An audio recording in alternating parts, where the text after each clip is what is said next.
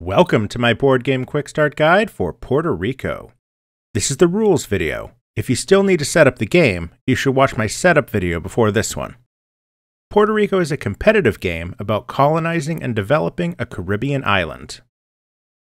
You win the game by scoring victory points, and you score victory points by shipping goods. Buildings are also worth victory points, and the large buildings contain a special set of rules that can get you extra victory points based on the other things you've collected over the course of the game. The end of the game can be triggered if there are no more victory point ships left in reserve, or if there are not enough colonists remaining to refill the colonist ship, or if any player has filled all 12 spaces on the city portion of their player board. You'll start the game with a player board, some doubloons, and one plantation. This starting plantation will be either corn or indigo. You'll get more plantations as the game goes on. All of your plantation tiles go in this section of the board. You will use your doubloons to buy buildings, which go in this section of the board. The way that turns work in Puerto Rico is pretty unique. On your turn, you'll select one of the available roles, like builder or settler. Then, everybody will get a chance to perform that action. For example, if you took the builder role, everybody, starting with you, would have a chance to build a building. When every player has performed the action, the player on your left will select one of the remaining roles, and everybody, including you, will take part in that action. The player who took the role also gets a special privilege, which you can find listed on the tile and on your player board. I'll describe these privileges in detail when I explain each role. When everybody has taken one of the roles, there should be 3 left in the center of the table. Place a doubloon on each of these. If you take a role with a doubloon on it, you can add that doubloon to your bank. All of the roles are then returned to the center of the table, and the governor role moves to the player on the left of the previous governor. The new governor gets to select the first role of the new round. The game will continue like this until one of the game-ending conditions is met. I'll briefly describe the available roles. When somebody takes the settler role, everybody can take one of the face-up plantation tiles and place it on their board. Plantations allow you to produce goods during the Craftsman phase, but only if they're staffed and have the right support buildings. I'll talk about that in detail when I discuss the Craftsman phase. If you are the one who took the settler role, you can choose to take a quarry tile instead of a plantation tile. Quarries can get you discounts on buildings during the builder phase. I'll cover that in more detail when I talk about building. After everybody is chosen or passed, move the remaining tiles off to the side and reveal a new set of tiles. When somebody takes the builder role, everybody, starting with the player who chose the role, can buy one of the buildings from the center board. The number in the circle is how many doubloons you'll need to pay for the building. You can only buy one building per round, and you can't build the same building twice. For example, I could buy the small market for 1 doubloon. The violet buildings get you special privileges during other parts of the game, such as the small market, which allows you to get extra money when selling goods. There are in-depth descriptions of each building in the manual. The non-violet buildings in the top row are production buildings. You need production buildings to go with your plantations if you want to produce goods during the Craftsman phase. I'll describe that in more detail during the Craftsman phase. If you're the player who chose the builder role, in addition to choosing first, you'll also get a discount of 1 doubloon on whichever building you buy that turn. For example, if you chose the builder role, you would only have to pay 1 doubloon to buy a small sugar mill, which would normally cost you 2 doubloons. Finally, if you got a quarry during the settler phase, and staffed it during the mayor phase, you'll get an additional discount of 1 doubloon. So, a construction hut, which normally costs 2 doubloons, would only cost 1 with a quarry. There is a limit to the discount you can get from quarries. If you have more than 1 staffed quarry, you will only be able to use 1 of them on buildings in the first column, 2 on the second column, and so on. For example, if I had 2 staffed quarries, I could buy a large sugar mill for only 2 doubloons instead of the regular price of 4. However, the small sugar mill would still cost me 1 doubloon, because I can only apply 1 quarry to buildings in this column. The buildings won't actually do anything until they're staffed, and you can only move colonists into a building when somebody picks the mayor role, which I'll discuss next. When somebody takes the mayor role, everybody, starting with the player who chose that role, takes a single colonist piece from the colonist ship and places it on their board. This selection keeps going around until there are no colonists left on the ship. Everybody should get at least one colonist, but it's possible for some players to get more colonists than others if there's an uneven number on the ship. For example, if there are 4 players in the game and there are 5 colonists on the ship, the player who took the mayor role will end up getting 2 colonists from the ship, while everybody else will only get 1. If you're the one who took the mayor role, you will also get an extra colonist directly from the supply. You can place the colonists on any circles on the tiles on your board. This is important because buildings and plantations don't do anything until they're staffed. Any leftover colonists can be stored in San Juan on your player board, but you can only move colonists around to different places during a mayor phase, even if you build new buildings or plantations in the meantime. Finally, the colonist ship refills.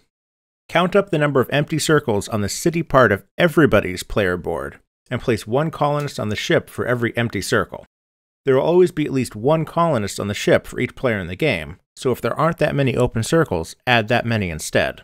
For example, in my 4-player game, the smallest number of colonists I'd add to the ship is 4. However, later on, the boards might look like this. In this example, there are 6 open circles, so I'd load 6 colonists onto the ship for next time. When somebody takes the Craftsman role, everybody produces goods based on their staffed plantations and staffed production buildings. The player who took the Craftsman role takes goods first, and then it goes around the table. This is important because there are a limited number of goods in the game, so it's possible to be shut out and get nothing during this phase.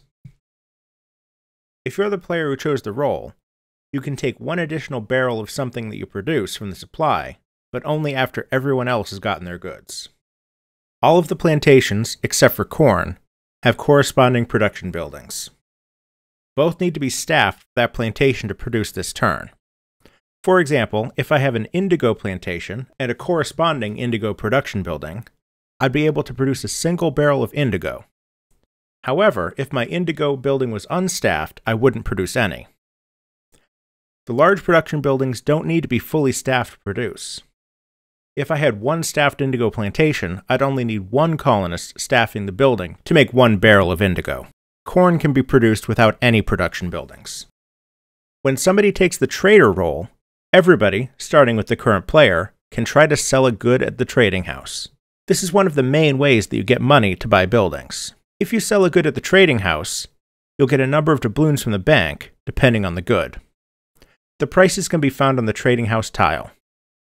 For example, if you trade a barrel of indigo, you'll get 1 doubloon from the bank. The trading house has only 4 spaces. When it's full, no other trading may take place. You may only place a good on the trading house if it isn't a duplicate of one that's already there. For example, if somebody's already placed an indigo on the trading house, I can't place another indigo there. You can't trade more than 1 good per round. If the trading house is full at the end of the round, the goods are removed from it, and they're returned to the supply.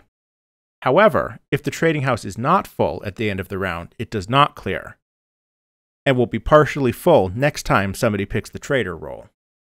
If you're the player who chose the trader role, you'll also get an extra doubloon from the bank when you trade, so you would get 2 doubloons for trading indigo instead of 1. When somebody takes the captain role, everybody has to export whatever goods they can and get victory points in return. This is the main way you get victory points. There are 3 ships waiting to go, but each can only take a single type of good, and there can't be more than 1 ship with any given type of good. The ships don't leave unless they're full. Everybody who can load goods onto ships during the captain phase must do so. You can't hold anything back. Starting with the player who chose the role, select one of your types of goods and load as much as will fit onto the appropriate ship. This will keep going around the table until each player is no longer capable of loading anything onto a ship. At this point, any ships that are full are emptied out, and you must discard all but 1 barrel of your leftover goods. This process can be a little complicated, especially later into the game. For example, if I chose the captain role and all 3 ships were empty and I had these goods, I'd start by choosing one type of good to put on one ship. If I chose indigo on this ship, I'd place all of the barrels I have that will fit onto that ship. This ship can now only hold indigo, and none of the other ships can take indigo. I immediately get 1 victory point chip for each good shipped, so I take 3 points. The next player could choose to put their indigo onto that ship, or place their corn onto a new ship. The second player's corn fills up this ship, so nobody else will be able to ship corn this turn. They'll get 5 points for shipping 5 barrels of corn. The third player has corn and indigo. Since there is no more room on the corn boat, they are required to ship their indigo. There are only 3 spaces left on the indigo boat, so they place 3 of their barrels on that boat and take 3 points. The fourth player can start a new ship for their tobacco, gaining 1 point. Now it's my turn to ship again, but I have no indigo and no tobacco, and the corn boat is full.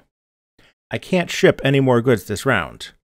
Unfortunately, that means that my goods spoil, and I'll have to discard all but 1 of my remaining barrels.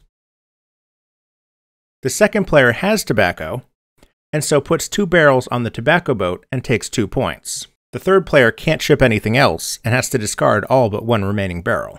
The fourth player has no more goods. Since everybody has shipped all that they can and discarded all that they couldn't ship, that part of the turn is over. Any boats that are full, in this case the corn and indigo boats, set sail and their barrels are returned to the supply. The tobacco boat isn't full, so the barrels remain where they are and the boat will still be reserved for tobacco next turn. If you're the player who chose the captain role, you'll get an extra victory point if you shipped anything, so in the previous example, I'd get 1 additional victory point. If you're playing with 4 or 5 players, the Prospector role will also be available.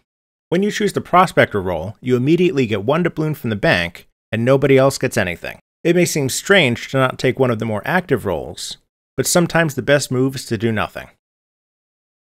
After everybody has chosen a role, there should be 3 roles left at the center of the table. Place a doubloon on each of these. All of the other roles are returned to the center of the table, and the governor tile is passed to the player on the left of the previous governor. The new governor starts the next round by choosing a role. The end of the game is triggered if you run out of victory point chips, run out of colonists, or if any player manages to fill up the city portion of their board. When this happens, the current round is also the final round. Finish the current governorship, and then it's time for the final scoring. To compute your final score, add up the value of your victory point chips, along with the victory point value of all the buildings you've built. If you have one of the special buildings, and it's staffed, you'll get additional victory points based on the special condition listed on the building. For example, if this was my board at the end of the game, I'd get 12 points for victory point chips, 10 points for buildings, and an additional 3 points for the special conditions listed on the City Hall building, for a total of 25 points. The player with the highest score is the winner. This has been a Board Game QuickStart guide for Puerto Rico. Refer to your manual for additional information and clarification, and don't forget that the most important rule is to have fun.